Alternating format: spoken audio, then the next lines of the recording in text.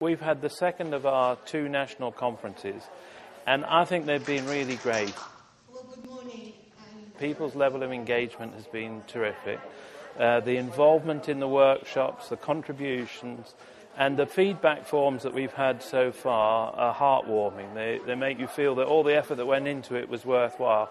More to the point, though, I think they're helping us to improve outcomes for patients and service users, because people are really beginning to think hard now about what are the best solutions for workforce planning in a time of financial stringency. The NHS will not be micromanaged by people like me in the Westminster bubble.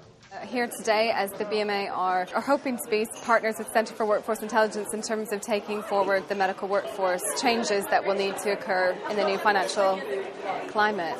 I was hoping to meet people who've got a similar interest in workforce planning and how important it is in the future of the NHS. Obviously my day job is strategic workforce planning, so it's to understand what's available not only for my role but for the partners that I work with.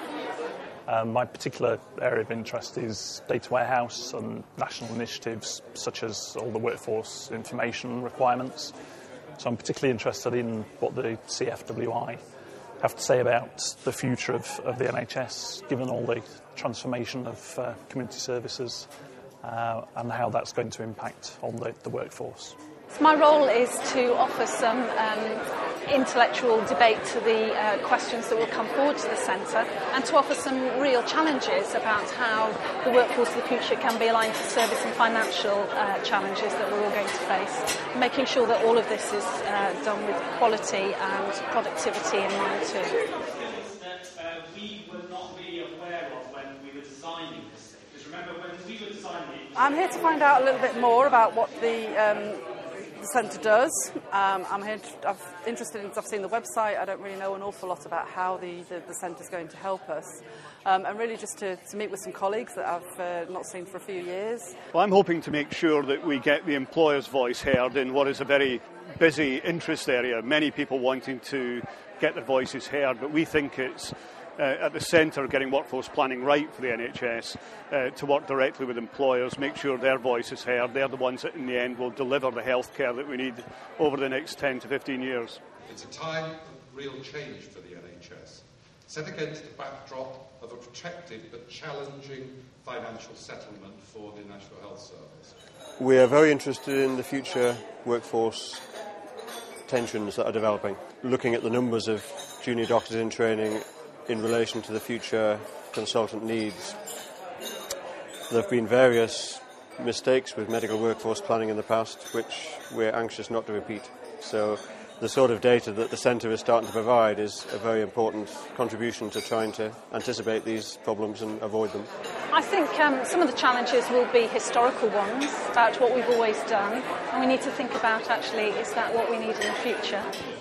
The question I have is what's happening in regard the input into undergraduate medical education and actually influencing at that very early stage. I came today because workforce planning is my business, really. I'm responsible for doctors in training, which is essential for the medical workforce. I hope that the centre can do some work, as they have done, on things like medical migration, factors influencing careers, how we can encourage doctors into the areas that are currently less popular. I think unless there's attitude change, then there isn't any change. I suppose I expect a central point, one point that people can go to, that it's across health and social care. Clearly the centre's working on a partnership approach and a consensual model. And in the consensual model, because that's the way that our programme operates, the risk to that is how are you going to get people to actually deliver? I think the main thing we expect from the centre is to provide advice on the sort of data, the assumptions around workforce planning, where the position is, and to bring that national perspective that's often difficult to get. The Centre for Workforce Intelligence will play a valuable role in helping the health service through the transition and to plan for the future. So I really look forward to the centre playing its part, getting input from people across the NHS and the wider sectors to really add value to the system going forward. The centre will be a unique reference point for us because hopefully there will be some credible workforce plans that come in from all the SHAs and trusts and new consortia who are developing. And looking at the competency-based workforce of the future is going to be really key for us too. In all the work the centre does, I think it should have patients very much involved in that and informing that. So all the work is related back to, is this something patients actually want?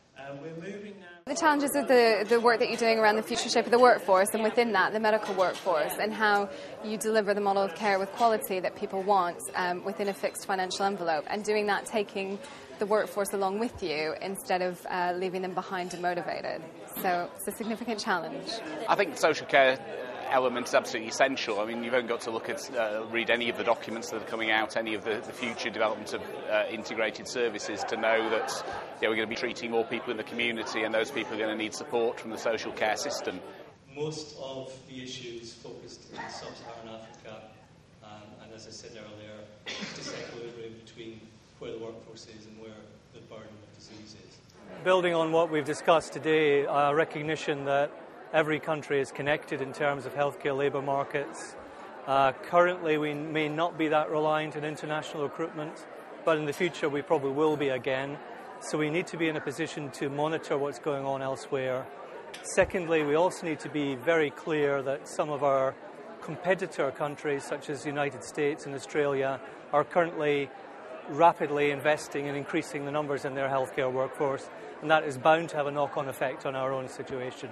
The future is going to be one in which we're incredibly lucky that the funding for the NHS is protected, but that also means that we face a more difficult economic position going forward perhaps than we've ever had. Should every hospital have trainees? And then what is the design of the service? Should it be delivered by junior trainees or more senior personnel? I think there have been a really good couple of conferences with great attendance from across the health and social care sector. I think it marks the Centre for Workforce Intelligence really getting on the pitch now, and it's a key bit of the landscape going forward. I've always been sceptical about the value of a one-off event with no follow-up, and for that reason our two conferences, each workshop and each plenary has had an opportunity for people to sign up to further involvement with the centre. And I'm just thrilled, actually, that a lot of people have put their emails down to say they want to. Yeah, it's often felt very much like that there's been a lack of a national perspective and how one pulls workforce planning together. And I'm hoping that the Centre for Workforce Intelligence is actually going to be the organisation that finally does that, because it's been desperately needed for a very long time.